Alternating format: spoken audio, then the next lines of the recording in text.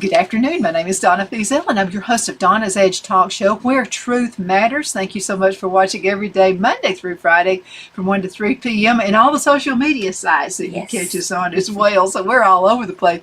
You couldn't get away from us if you tried. They're real hard to do.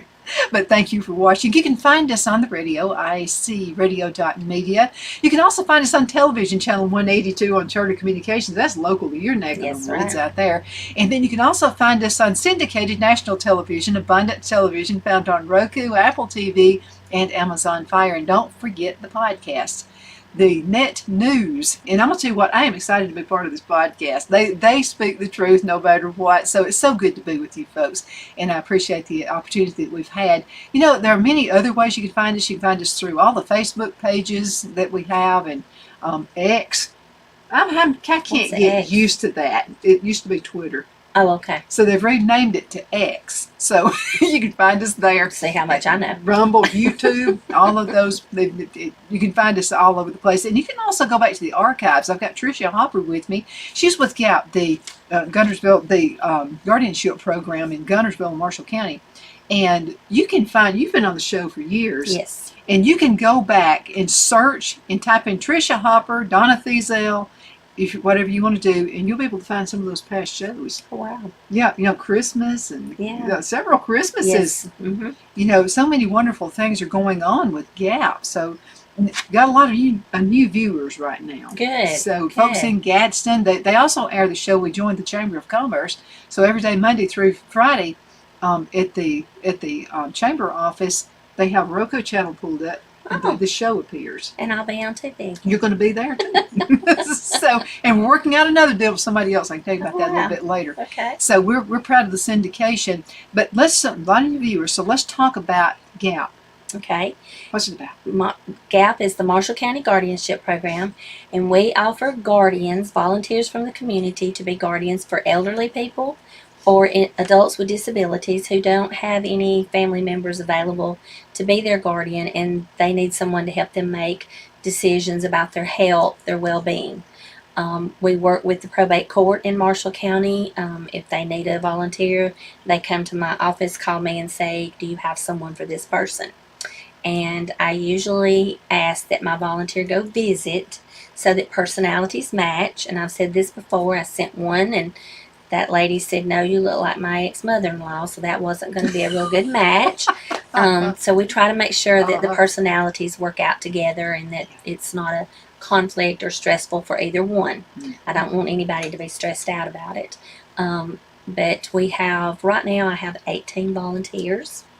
And for the past probably 6 months maybe, I've had more volunteers than I've had people that need a volunteer. So that's remarkable to me, because when I came in, there was a list of people that needed somebody for a guardian, and I had no one to offer. So word's getting out, and people are asking if they can be a volunteer. The number one question I get, how much time? How much time does it take? Because everybody's so busy. Well, it's up to you and the individual. In 1 week, it may be one phone call. The next week they may get sick and you're having to make calls to the doctor, to the hospital, to the nursing home where they live. You're having to go in and check on them, and then after they're well, again, it may just be a phone call. So it just depends on what that person needs and how much time you have to give them. Right now I'm guardian over, I only have one right now. My husband has 2. And we see them or we talk to them on the phone on a regular basis. The best thing about seeing them, I have adults with disabilities that we're guardians over. And the best thing about them is when we see them out in the community and they recognize, oh, and they'll come up to us. That's the neatest thing, is that we're out and about, just like I would see a friend of mine out in the community. They see us and they come up to us. But most of our elderly people live in the nursing homes or in assisted living, and you know, that just going and visiting them and just making them feel like they're special to somebody. You know, I can understand too about matching up people, and when I'm there, you'll need to find somebody who likes to read. Oh, because I'm the boring one. I mean, I I love information. so I like to do a lot of research and I like to read. So hence the library there, and that's only part of it. There's more stuff out in the garage out there. So, but anyway, you match people to the personality, and I think that's great. It makes me think of a Seinfeld show. I used to watch all the Seinfeld shows, and there's one that Elaine got into trouble. I think she was speeding or something, so she had to do some community service. Yes. And so you remember she was actually sitting with an elderly lady, and this lady had quite the life. And so she was talking about how she had an affair with Gandhi or something. Oh, goodness. You remember that one? Yes, I remember that was a good episode. So I can see where matching people up for personality, or you look like my ex-husband or something like that might be an issue. Could cause some issues. So you do. So are there some questions? Do you work at not only personality, but maybe what people like to do as hobbies and that kind of thing? Yeah, sometimes we talk about those kinds of things. Like I said, most of my individuals are in the nursing home, so they just really need a visitor. You know, they're alone and they need somebody to visit with them.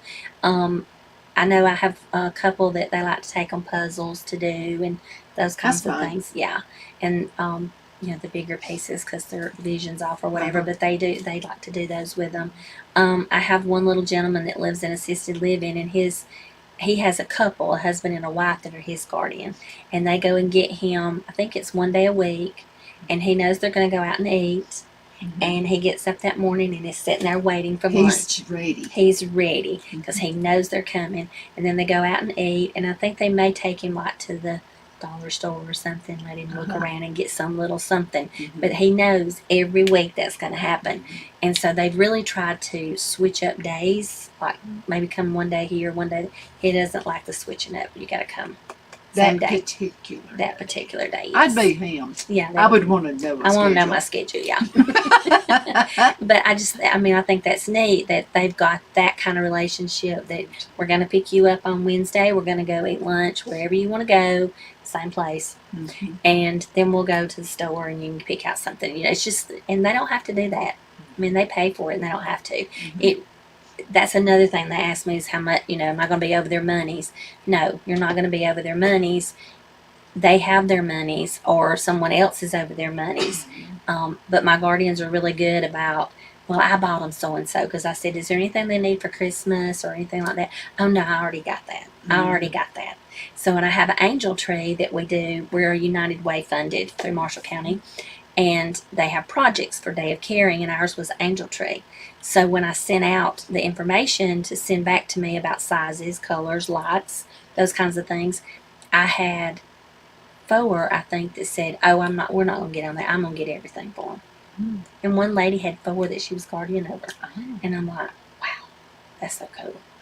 That they're that attached that I know them well enough. I'm going to get them what I think they'll know what to get them. They'll know what to get them. That's a great idea. Yes. But we're really lucky. We have local churches that adopt us and do the angel tree for those who don't have the financial ability to go out and do for them. And so I really appreciate that too, that the churches step up and help with that. That's really neat for that. It really is. Now, being a volunteer, I know you mentioned you work, whatever works for your schedule. We're all busy. We all have things to do and what have you.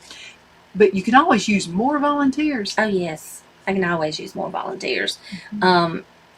Because you may have volunteers that go on vacation, they leave for Christmas or whatever like that. So maybe pick up that pace. Yes, I've had a couple that have gone on vacation. I have one lady that would say, "Well, I'll go visit with them while you're gone. I'll text you if anything happens. You'll kind of know." Well, when they come back, she's gotten attached, so she still visits. You know, so there's another person that has stepped into their life, and it all came about just because they needed someone to make sure that she was doing okay. So I think that's wonderful too. And this is kind of off course just a little bit about what we're talking, but Donna and I were talking before we came on the air about there's several people in the nursing homes that never have visitors, never have anybody come visit them.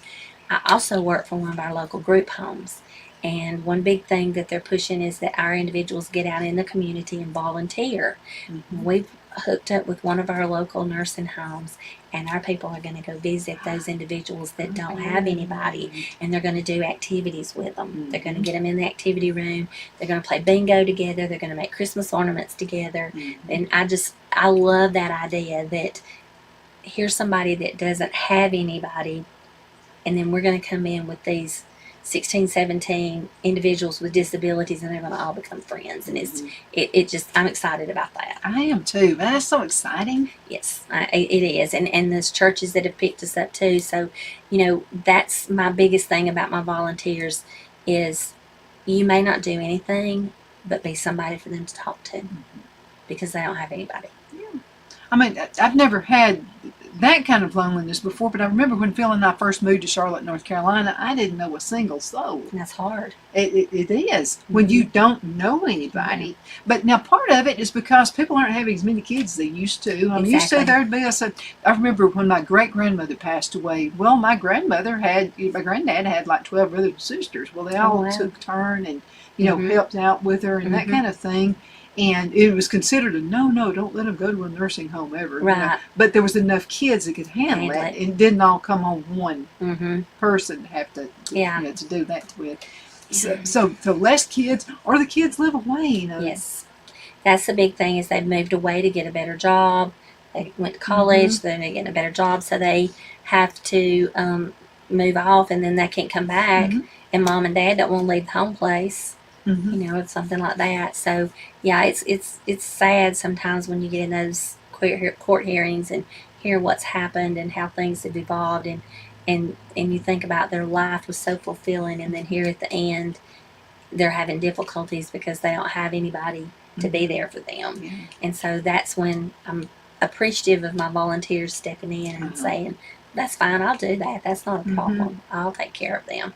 And I will tell that some of them do pass away, and my guardians will call me because they're supposed to let me know when something like that happens. And they're so upset and crying, sometimes I can't even understand what they're trying to tell me because they've gotten so attached. And I mean, I understand that. You do get attached. And if you've been with them and through sickness and health, then yeah, you're attached to them and you don't want to see anything happen to them. There was there were some financial things going on, which my guardian was not over that, but she kind of figured out something was going on. So she went back to the courts and talked to them and asked them to check into things. And so they did, and there was some things going on with a family member they weren't aware of, and we got all that straightened out. So, it's just... Because you're kind of helping them hold on to their money and their belongings as long as possible. Yes. You're stretching their... Yes. You're stretching that up for them. And I tell them you're to make them sure they're safe and they're healthy and they live the life they want to live. And so not what you want them to live, but what they want to live. Because that's a big thing is what I want to do, my mom may not be interested in at all. And I'm trying to fit her into my mold over here that my life's running down. And she's like, no, I don't want to do that. I want to go over here and do this. So you got to stop and think, what do they want to do? And when I have the adults with disabilities that I'm a guardian over, I have to ask them, do you want to do this? And we sit down and I'm like, well, we're going to do so and so. Did you want to go or not? And they 9 times out of 10 go, no, I don't do that. So, and I'm sure my grandmother... So it's not like anybody's being made to do something they don't want to do. Because what may seem like no big deal to us could be a big deal to them. Yes, it is. And I have to remind everybody they still have rights. Yes, you are their guardian, and yes, you do make decisions, but they still have the same rights to have dignity and respect, just like you and I do. So to go in and push and force and make them mold into what you want is not the way to do it. You still got to let them have some dignity and some choices in their lives. And that's basically, that's what the guardian's there for, is to say, well, what about this? Do you want to do this or this? Let's talk a little bit more about volunteers. Now, I want to get in. Her background is made perfect for this. I mean, you have the perfect position. And this guardianship, their gap is lucky to have you in the position you have. Absolutely. So, now, so as far as being a volunteer, there are steps that you need to take. Yes. You complete an application. I check your references, and I run a background check. And, see, I'm glad to know that. Yes, I have to make sure that everything's okay. And I used to run the child abuse neglect form that DHR has, but our legislature passed an adult registry. If you have been convicted of abuse toward an adult, then there's a registry, and I run them through that to make sure I'm not getting someone who would harm them by any means. And I'm in close contact. I don't call them every week or whatever. They know they can call me, but I'm pretty aware of what's going on with the individuals. Another thing that I've started doing since our new judge came into her office is she's asking me to train family members, because once I get their background back and check their references and the registry's returned, then they come in for a training, which is like an hour and a half long. And so the judge has asked that I bring family members in that are guardians over their family and be trained also, because they have lots of questions too, because it's hard becoming the caregiver of your mom or dad who's always taking care of you. So I think it's a grand idea. Yeah, and I always tell them, you're free to call me anytime you want to. I may not know the answer, but I can walk across the street to the courthouse and go ask somebody that does know the answer, and I can get back with you within 2 or 3 days with what needs to be done. If they're not sure, then she's going to pick up the phone and call an attorney and clarify something. So I've got the network that helps me with them to make sure that we're taking care of everybody and doing what we need to do and doing the best we can for them. So, and that's nice to know that I've got that background back there that I can fall on and say, I don't know this. And then when I do find out something that's different, if it's something my volunteers need to know, then I'm going to send them a newsletter with all this information in it, because somewhere down the line they're going to have the same question. So I try to share it with everybody so that we all know what we can do and what we can't do, and what the new whatever law is, and those kinds of things. Yeah, laws change every year too. I mean, almost sometimes in a month. Yes. Yes. So it's nice that you guys are really up on that. Yes. It really is. And this is comforting to know that you do background checks, because if you have kids who live out of state, they're a bit nervous about all of this. Yes, they want to know, you know. Yes, they are, and they will contact and talk to the guardian and stuff, and that gives them peace of mind that they know that they're being checked out and made sure everything's up and up on that person. I don't think I've ever had one come back bad on anybody. So I get but you got a pretty good perception of people. Well, though, I get a good group of people coming through. And if you're ever feeling negative, you're good at this. So if you're ever feeling negative about somebody, maybe something is just not quite right. I'm sure you pick up on that. Yes. Yes. Before you even have to take them. Yes, I do. Yeah, I know she does. She's very good at what she does. So before we go into break, and we still got a few minutes before we go into break, let's talk a little bit about your background, because you're well suited for what you do. Well, I taught special education for 25 years, and then I worked with group home and a day program for adults with disabilities. And then I went back into the school and did some testing and that kind of thing, and then came back out and worked in another group home. And then I got the job with the Guardianship program, so I work there part-time and I work at another group home part-time. So I have tons of information that you need to know about anything about special ed, anything about adults with disabilities. I got that covered, and the judge usually goes, get Tricia in here because we need to ask questions. And that's okay. And I may not know the answer, but then I've got another network over here that I can call on to help the judge with whatever she needs to make decisions about. So, you know, I think people are put into categories they should not be put into. I think sometimes people are just misunderstood. Yes. I really do, because some of the most bright and courageous people I know are the folks who are considered, you know, in that particular group, and they're really not. No. They're artists. Yes. They can play musical instruments. Yes. Some of the most beautiful art I've ever seen in my life. Yes, they can do amazing things. But they're not sure of themselves. That's the thing that's because people, they put them in a category, and it's wrong. They're not in this category. Right. That's right. And if you've never ever gone to a Miracle League baseball game and watched them play ball, you need to go. Mm-hmm. And they have Miracle League Bowling now, which I'm so excited about. Uh-huh. So, and they love it. They absolutely love it. And the state says, oh, they need to be with peers who are non-disabled. Okay, yeah, they do.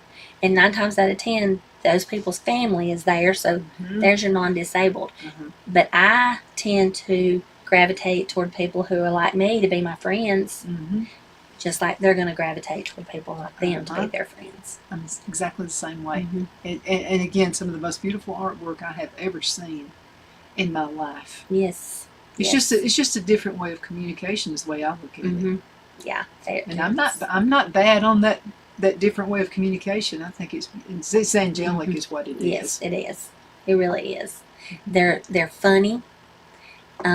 They love to joke around with you. Just love it. Just love it. Yeah, I was just talking the other day. I said, if somebody ever heard me talking to this lady that lives in one of our homes, they would think I was abusing her, but I'm not. She loves to banter back and forth with you. And if you don't, as soon as you walk out of the house, well, she don't like me no more. I know. So you have to do that little banter with her back and forth. Like, I don't know why you do that. Well, I don't know why you do that. You know, those kinds of things.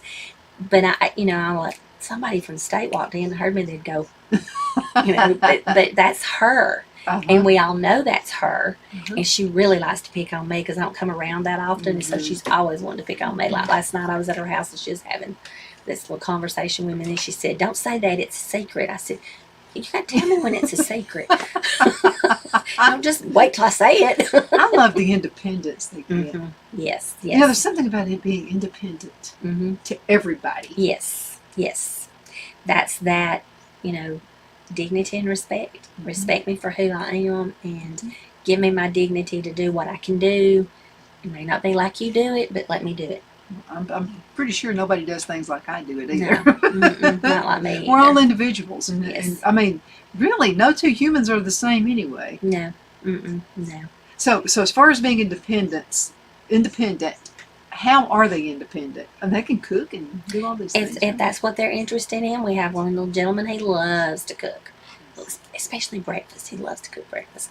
And then I have one that likes to tinker with motors, just like little lawnmower motors or whatever. Mm-hmm. His stepdad worked on motors. Uh-huh. That's what he remembers. Uh-huh. I have others who are into the coloring or the tablets and doing things on their tablet or whatever. I mean, and I'm sitting there going, y'all can work the tablet? I have difficulty working the tablet. Know it. And I'm like, whoa. You could have seen me putting this show together before you came in. I mean, they just can do things that you don't even think about. And we're kind of off topic with the guardianship program, but I want to share this too. I have a friend who teaches at a school in Blount County at J.B. Pennington. She teaches special ed. She asked me to come speak to the parents last year, a few parents, about the guardianship program, because once they turn 18, you're no longer their guardian just because you're their mama. And that's hard for mamas and daddies to understand. So I went and talked to them and gave some information. Well, this year she had a big program and had a lot of speakers there, people from the Department of Rehab, people from the job coaching, those kinds of things, to come talk to the parents. And she wanted me to come talk to them again. Mm-hmm. Well, in the meantime, the state of Alabama passed another law about guardianship, and it's called the Colby Act. I know I'm way off topic here, but this is really interesting to me. It's called the Colby Act, and it's named after a gentleman, Colby, who had a disability, and he decided he didn't need a guardian. He just needed somebody helping him make some decisions on certain things. And so this passed in Alabama in May of this year. And what it says is there is a surrogate decision-making team that comes together, and it's the people that Colby, or the person, would want on their team to help them make decisions. He may need help financially. He may can manage his money, and he just needs help with medical stuff, like what does the doctor mean, or those kinds of things. I need help with that, especially since I'm, Yeah, but that's another avenue that they can take and keep them as independent as you can. Some of them don't even need a guardian because they can make pretty good choices. And then you've got the Colby Act, which is kind of in the middle there. And then you've, of course, got the guardianship. where you make their decisions and offer them choices and help them make the right decisions. But to me, that was a breakthrough. At first, I was like, I don't know about this. Mm-hmm. But then as I started thinking about it and I read through and read what it really meant, I'm like, yeah, this will work. This will really work. And I don't know if y'all know, there's a movement that's People First. And it's individuals with disabilities who said, do not say that autistic person. You say the person who has autism. Do not say the person that wheelchair bound person. You say the person uses the wheelchair. Mm-hmm. I'm a person first, so say me first, and then if you have to say my disability, say that. I dig it. That makes a lot of sense. And here, and I'm just gonna toot the horn for this one. Here in Geraldine, a little something extra ice cream truck. You've seen it. You've talked to them. He was there. His mom and Hunter was his name. They were there, and afterwards we all got to go get ice cream off the something. And I love this idea. They're taught how to run a business. They are. She trains them, and she said that she had like contracts in Tennessee. That they go to the Alabama. I was going to say they go to the Alabama game. Yeah, and set up their truck and sell ice cream, and I mean it's amazing. I handed my debit card to pay for my ice cream. Somebody had it in their pocket and sat down, so it was kind of bent just a little. He goes, bent. I said, I'm sorry. And she said, he's thinking it might not work because we scanned it, but it did. I said, well, if it doesn't, I'll go find some money. But yeah, I mean, and he knew exactly if that's bent, it may not work when I scan this. But you know, those business techniques are not taught in schools anymore. No. And that's a shame. It is. So I think that's a wonderful thing. Let's go into a commercial break, and we shall be right back in just a couple of minutes. Y'all hang in there.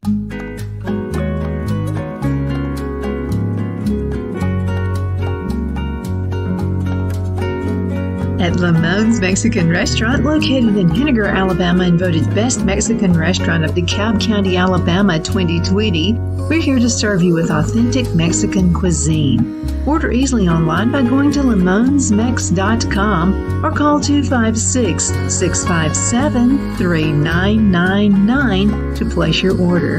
We're open Sunday through Thursday, 11 a.m. to 9 p.m. and Friday and Saturday, 11 a.m. to 10 p.m. Whether you're celebrating a cozy date night for two or a celebration for a crowd, at Lamone's you'll love our atmosphere and friendly servers. Thank you for dining with Lamone's Mexican Restaurant.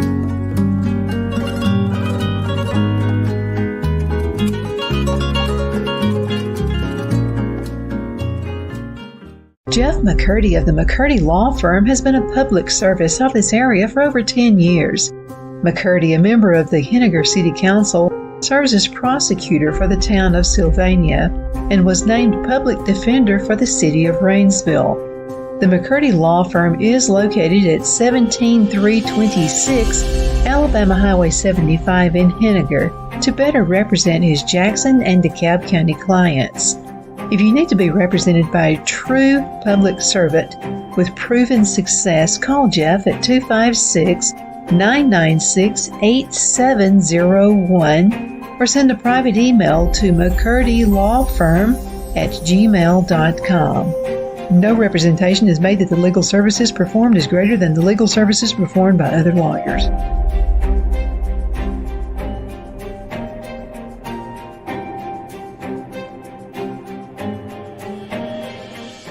At Liberty Bank, we're all about community, whether it's to help with a charity fundraiser or help families in need. Toys at Christmas or a local football team, we're here for you. You see, we realize the importance of family. Sometimes it's to build a new home or necessary home repairs. We're here for you.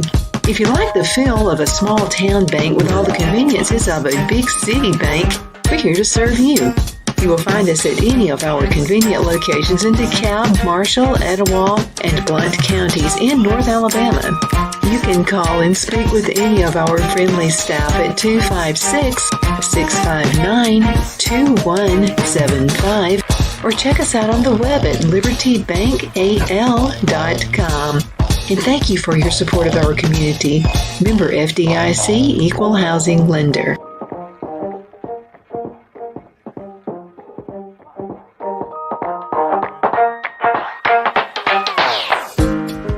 My Towels solved a problem that we've all had with towels. You go into the stores and they feel lotiony and soft, but then you get them home and they wind dry you. That's why I made My Towels. They actually work, they're soft, and they absorb. And now I'm excited to announce 2 brand new lines of My Towels. What makes them the best towels ever is they're now made with 100% long staple Shapir cotton. This is a combed ring spun cotton that makes My Towels even softer and more absorbent than ever. And now you get a 6-piece set for an amazing introductory sale price as low as $29.98. So go to mypillow.com or call the number on your screen. Use your promo code to get My Towels for only $29.98. Or you can get my designer premium line for just $20 more. Either way, you save 50% now on all My Towels. They actually work. What a concept. This offer won't last long, so please order now. mypillow.com. The Hatter Cafe and Country Inn is nestled in the northeast corner of Alabama the Beautiful in the delightful town of Mentone. We're located on top of scenic Lookout Mountain near Little River and DeSoto State Park and located only 5 minutes from shopping and restaurants. There is also a nearby community walking path and golf course. We welcome everyone through the doors and we are committed to outstanding service for all guests. At the Hatter Cafe and Country Inn, we invite people from all walks of life to come and get away from it all, enjoy the open spaces, treetop views, fresh, clean air, and experience Southern hospitality at its finest. We look forward to hosting you. To reserve a special event, or if you would love a special getaway at the Country Inn, you can call us at 256-634-2018.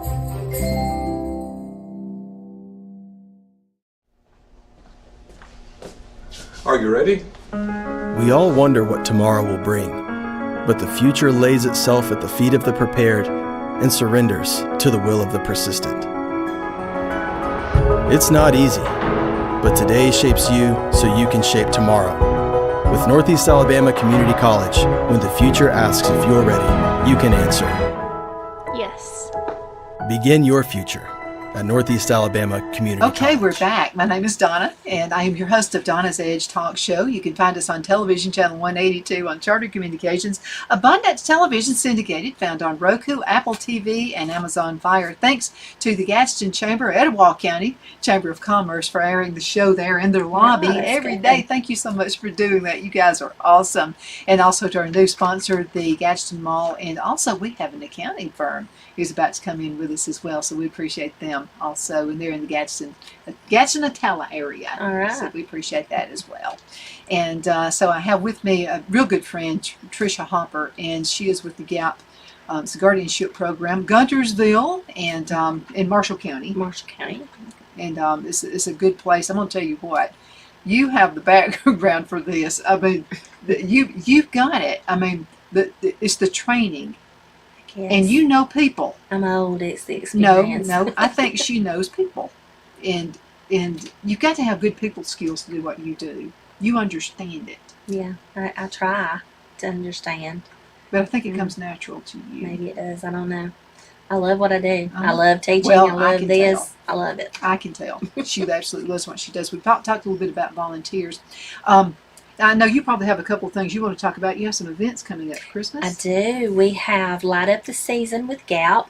We will be having a $5 donation, and you can get an ornament, a wooden ornament with your family member or friend's name to be in honor or memory of them, hanging on the fence around the Guntersville Courthouse, the Marshall County Courthouse in Guntersville. Mm-hmm. And like I said, that's a $5 donation. We're really excited about that. We love doing that.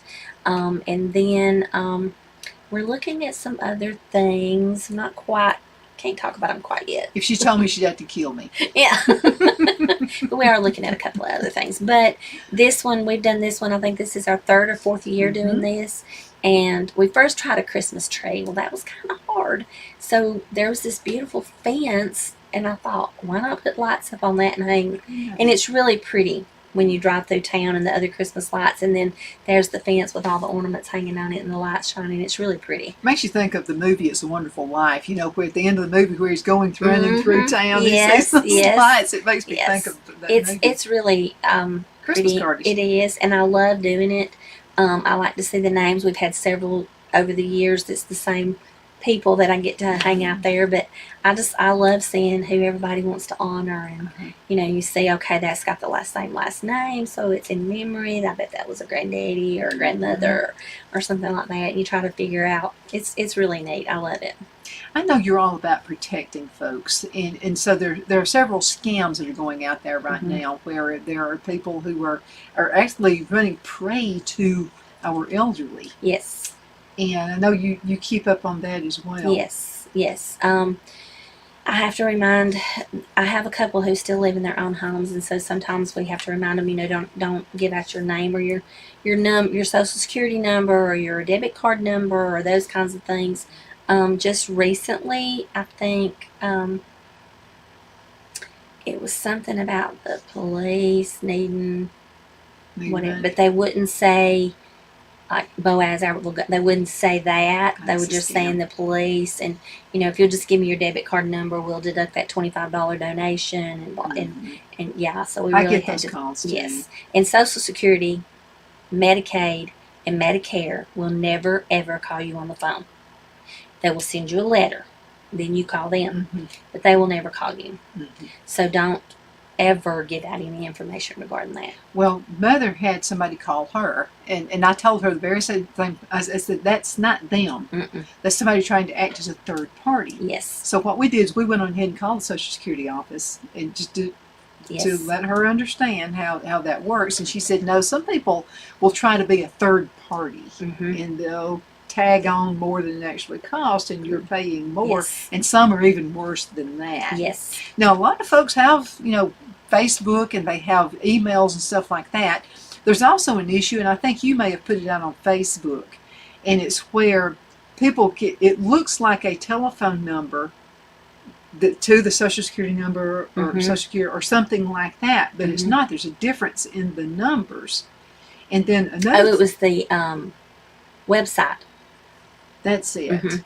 The lettering, like if you look at it real closely and make sure all the A's look the same, lots of times they'll use that little curly QA with the circle, or they'll use the A like we learned in school to write. If they've got two different A's in there, then that's the scam. Okay.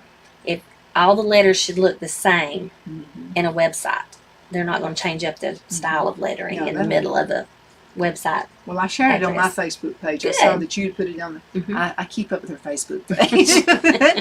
And I appreciate you doing that.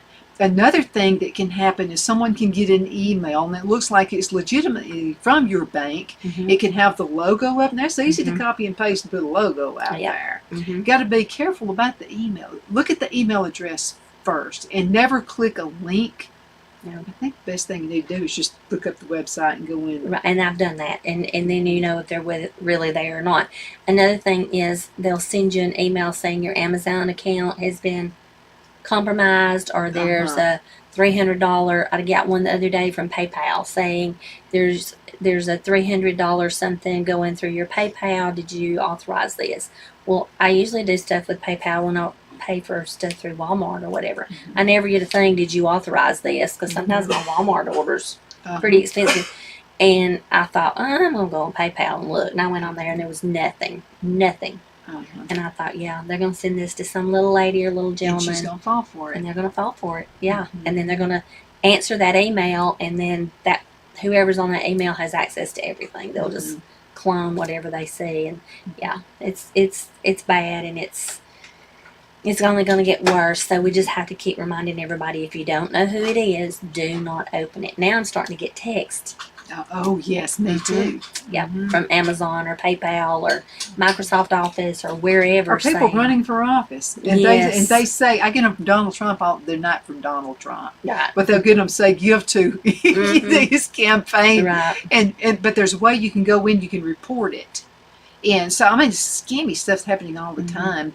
One thing, going back to the email, look at the email address. Exactly. Because you can come up with any kind of a domain name, and domain name would be like abc.com. Yes. Or foxnews.com or whatever. So it'd be something like that. So if the email address is Susie at whatever, a bunch of X's and numbers. That's going to be a scam because Yes. a legitimate business will have their domain name. Mhm. I think Microsoft Office, I keep getting emails saying something about my accounts, whatever, full, something to that effect. And if I look closely, it's Adam127 at There's a bunch Gmail. of weird Yeah. stuff.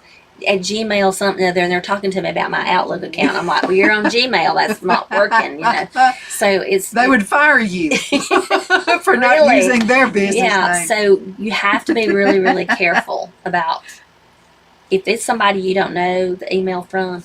Do not open it. Well, get this. I'm 64 years old. I still get phone calls telling them they're going to take care of my college that I owe money to. Yes. So I'll say, look, I'm 64. If I haven't paid it by now, I'm never going to pay it. No, out of luck, folks. Not going to get that money. So just be careful. And there's another one where they'll call people and say that your grandson is in jail. Yes. And what they do is they get on your Facebook page and they'll say that you have a grandson. Mm-hmm. So your grandson is in jail. It was an accident or something, but you've got to send money to get him out. Yeah. They're That's not been going to going call on you around. about that. They will not call you about that. He gets the phone call. He gets the phone call, and you get to choose whether you want to accept the phone call or not. So no, the jail is not going to call you and say, "We arrested your grandson. Can you send so much money?" No, he's going to call you and go, "Please, Grandma, bring me some money." That's his one phone Yeah, call, that's and his you one will phone call. know that it's your grandson. Because it will say, "This is a collect call. It will be $3.95 for the first minute." So you'll know whether to accept that phone call or not.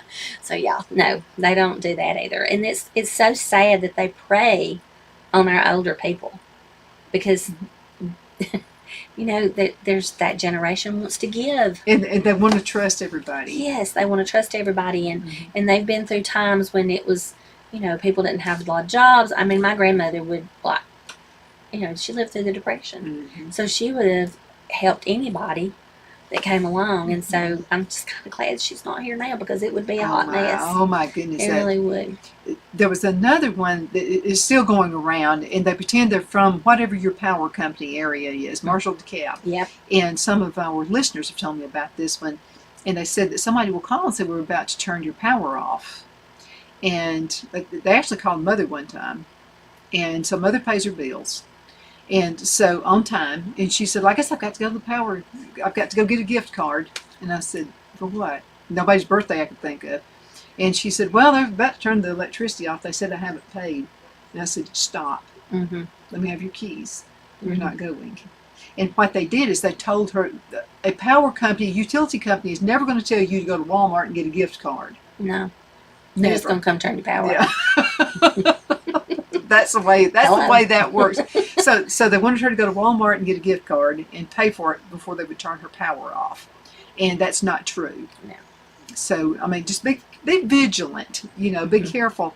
So I have this relationship with my mother. She has to report to me every phone call that comes in. So I can decipher whether it's a good one or not, because she actually got a phone call from someone, said they were with Medicare, I think. And so that was not true. They don't call you. So they'll send notification, but it's like an act of Congress getting on your internet or whatever to make sure it is you legitimately. And everybody out there right now is going, yeah, they do call us. No, they don't. They're not the ones calling you right now for the sign up. That's scams. To do, like, you change your insurance, whatever. That's those insurance companies that want your money that's calling you. It's not Medicare. So if you don't want to change, don't change. And if you do want to change, then you need to make an appointment with someone locally. There's a lady in Boaz I know, and then you go to Council on Aging. And they will sit down with you and look at all the plans and all of your information and see what's the best plan for you. And they will actually literally look to see which one is the best for you. I know Lynn Hickson handles the one here in DeKalb. Good. She handles that Council on Aging, and they're a great, great source. Yes, they are. Of information. They really are. And I mean, like I said, if they will check everything, like you said, if they will look at everything. Gap is rep payee over a young man who has Medicare, and so his script insurance it said, now we're no longer going to pay for the medications that he was taking. And I'm like, okay, what am I going to do?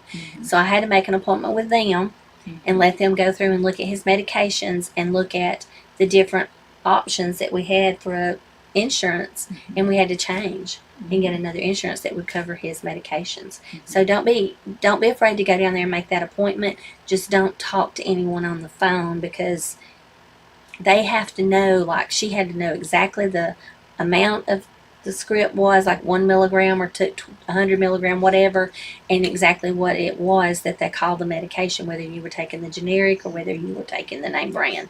So you can't do that on the phone. You know, you really need to sit down and eyeball somebody to go over that. So what if there's someone, and they really have no family, maybe they never had kids, Mm-hmm. all of their siblings have passed on, there's nobody to help them. Mm-hmm. You got the great situation right here. Yes. This is the perfect solution. Yes. In fact, we had a lady like that. She had never been married. She had no siblings. She was an only child, so she had no children, and she had nobody. And so she had one of my volunteers when she came through the court system. She got one of my volunteers, and her story was so unique. She was at the end of her life, and Medicaid, I think, had called because she was in the nursing home. And of course, Medicaid was helping pay for that. And they had called and they said, look, she's got a burial policy or a pre-arrangement for a funeral, but it needs to be paid on. She still owes some money on it. She hasn't made a payment on it. So the volunteer called me and she's like, how do I find out where? Because they didn't even know where it was. They just knew that it was in their database that she had this. And I said, where did she grow up? So she told me. And I said, and so she's 80? And she said, yeah. And I said, go to this funeral home. It's the oldest one in that town. And that's probably where everybody went. And so she went, first phone call she made, that was where it was. The gentleman knew exactly who she was talking about. The lady already had her funeral paid for, already had her tombstone up, had the grave digging paid for. Everything was taken care of, except she owed them $125. She had that in her little account at the nursing home, and they paid that, and 2 weeks later she passed away. So had we not started, if Medicaid had not made that inquiry, then we would have not known anything, and that would have gone to waste, whatever she'd paid. So I tell my volunteers, ask questions. Even if they have dementia or Alzheimer's, you can say, well, now, where's your mom and daddy from? Where They can remember that. Yes. A lot of times Where are they buried? Is that a family cemetery? Is all your family buried there? So you know where. Well, which funeral home did they use? Then you kind of know, okay, if mom and dad used it, that's probably the one they want to use. Yeah. So you can, even if they have that dementia or Alzheimer's, you can get those answers out of them. And they love to talk about their mamas and daddies. They love to talk about those times.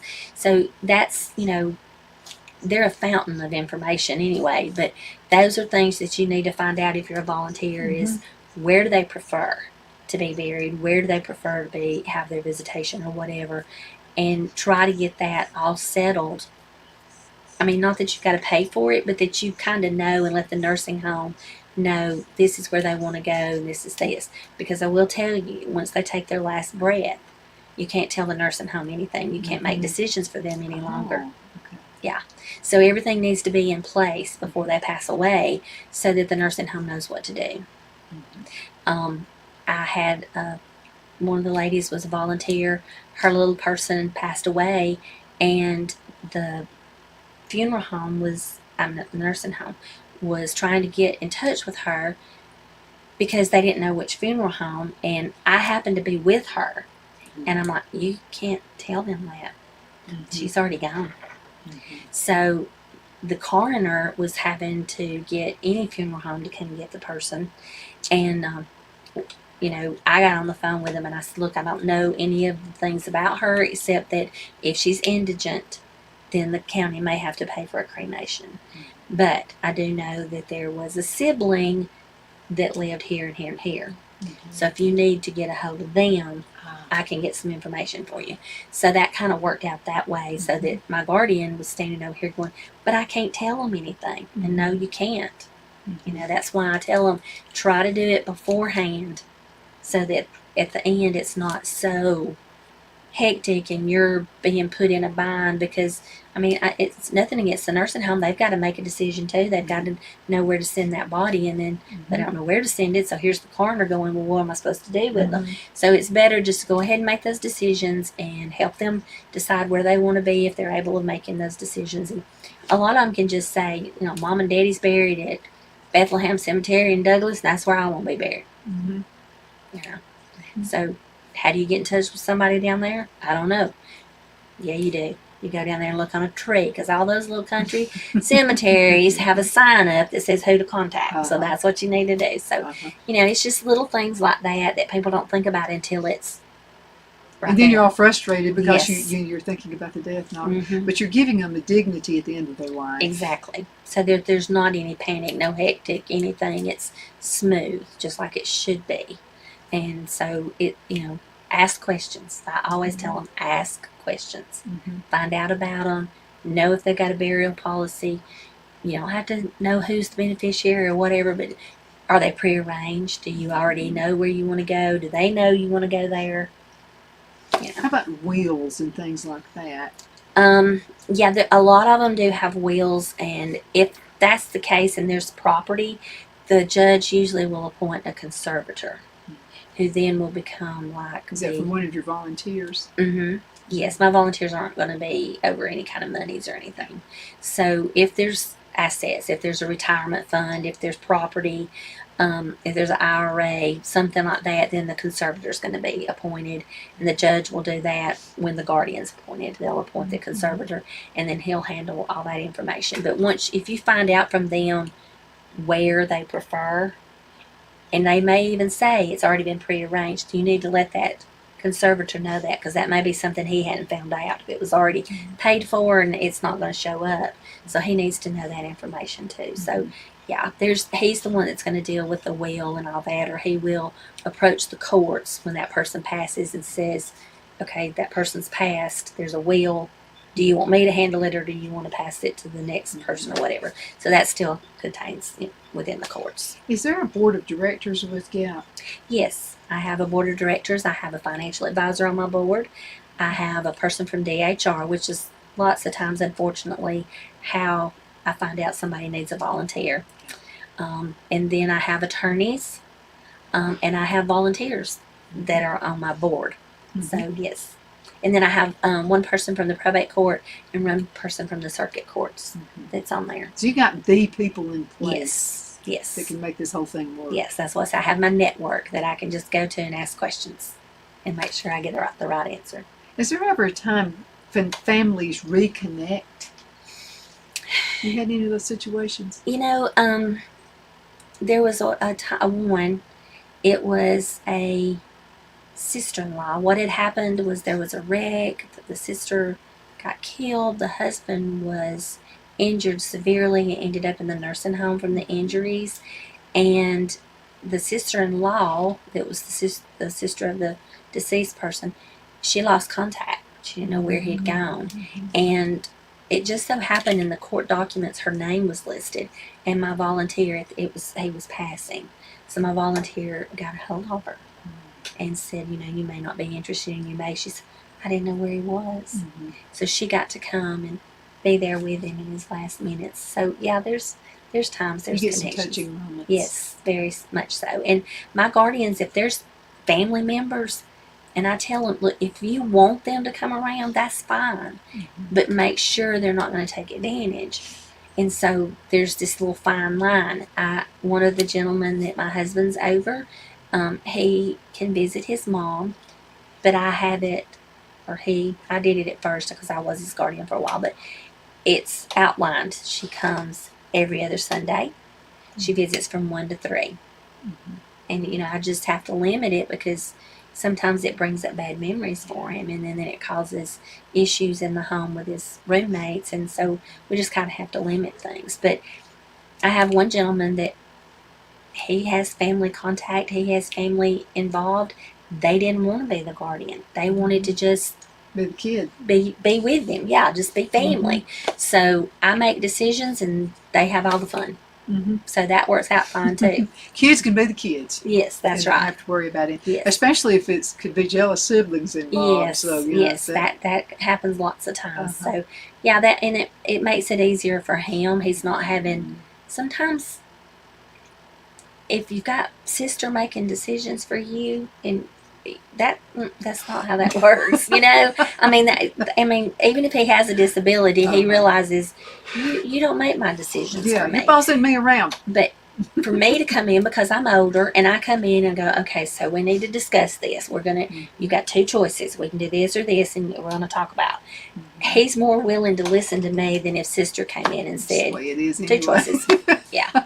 So, yeah, there's those times. And like I said, he goes with family. I hardly ever, he called me every once in a while. I may call him every once in a while, but I do know he's with family. I get reports. So I know he's seeing the people he needs to see, and I'm there when something else comes up. So we're good. We got a call today.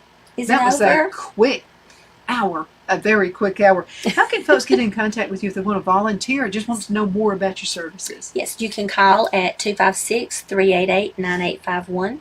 You can look on our website. It's galpmarshallco.com. You can email me at galpmarshallco@outlook.com. And then I can come speak to any churches, any organizations, wherever you need me to come speak. I can speak about GAP, the Marshall County Guardianship Program. Absolutely. Thank you so much, Tricia, for Thank being on the you. show. Thank you for Thank you. everything you do. Thank Definitely you. appreciate that. Definitely. And thank you for watching. My name is Donna. I'm your host of Donna's Edge Talk Show, where truth matters. You can also find us on television, channel 182 on Charter Communications, Abundant Television, found on Roku, Apple TV, and Amazon Fire. And don't forget the podcast. Yeah, it's a good one. It really is. You take care. And again, thanks so much to the Etowah County Chamber of Commerce for airing this show every day. We definitely appreciate that as well. Thank you. Bye. The only place I buy my beef is Lone Tree Ranch in Collinsville, Alabama. Their cattle is born and raised on their ranch, grass and grain fed, and you can feel confident when you serve your family and friends because their beef is all natural and no antibiotics or hormones are added. You can buy whole beef or perhaps go in with family or friends and buy half. Their customer service is number one as they take care of the delivery to their local processor and can deliver to your home for a small added fee. They also offer herd replacement heifers. I always call Lone Tree Ranch in Collinsville, Alabama for my beef specialty recipes and cookouts, and you can too. Food shortages are increasing, so buy local by calling 256-523-6462. That's 256-523-6462.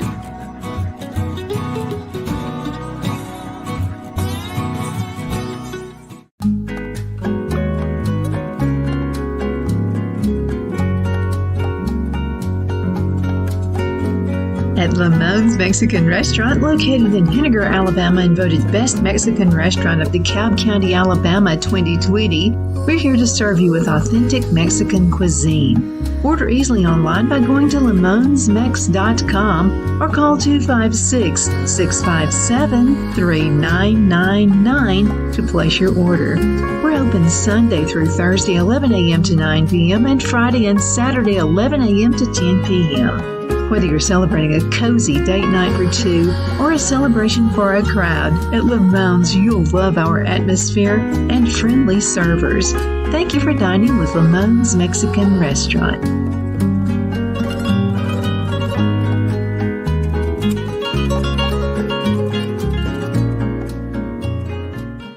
At Liberty Bank, we're all about community, whether it's to help with a charity fundraiser or help families in need. Toys at Christmas or a local football team, we're here for you. You see, we realize the importance of family. Sometimes it's to build a new home or necessary home repairs.